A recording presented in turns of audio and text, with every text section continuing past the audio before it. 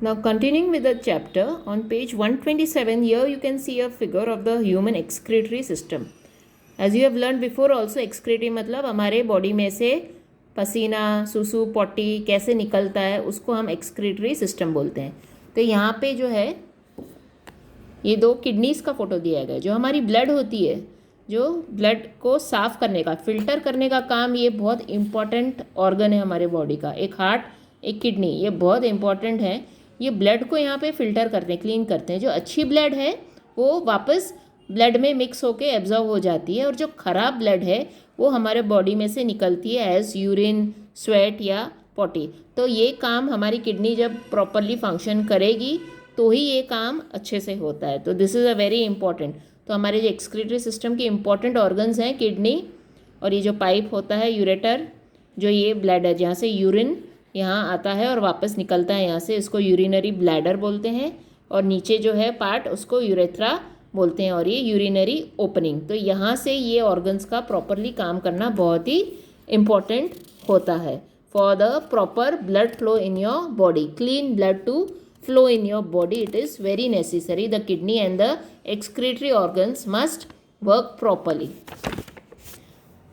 अब the next topic that we are coming here, it's not very important, transport of substances in plants. अभी plants में भी blood तो नहीं होता है, लेकिन हमको पता है कि वो through photosynthesis खाना बनाते हैं. We have learned that. I'm not explaining again photosynthesis.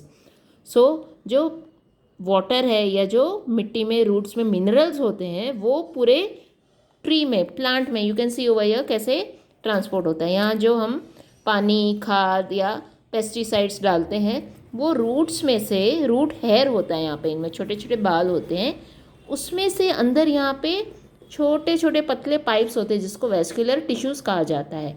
They transport all the water and minerals to all the parts of the plant और ट्री, जिससे वो अच्छे से ग्रो होती है और ग्रीन कलर की होती है, जिसमें फ्रूट हैं, फ्लावर्स वगैरह आते हैं. तो that is the vascular tissues, जो अंदर छोटे छोटे है ना पतले पाइप्स होते हैं, वो ये काम करते हैं. और उसको, इस प्रोसीजर को जाइलम जो है, it is called xylem. The vascular tissues for the transport of water and nutrients in the plant is called the xylem. Xylem से ये जाता है.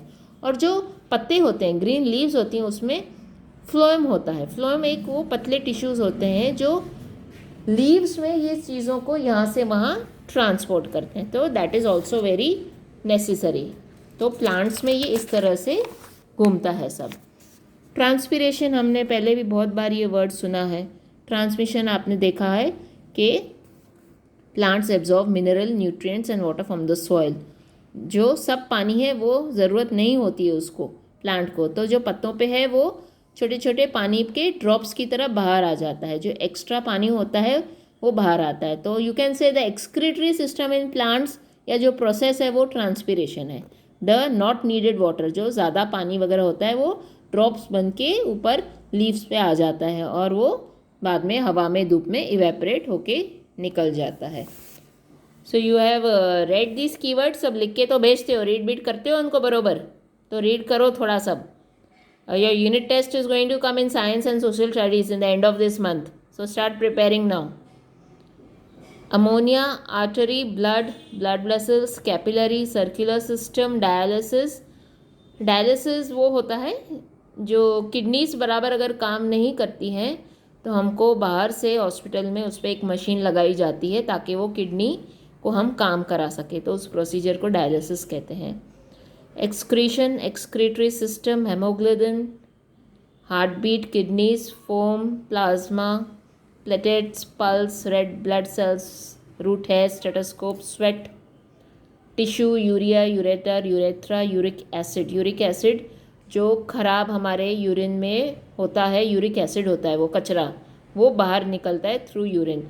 Urinary bladder, vein, white blood cells, xylem.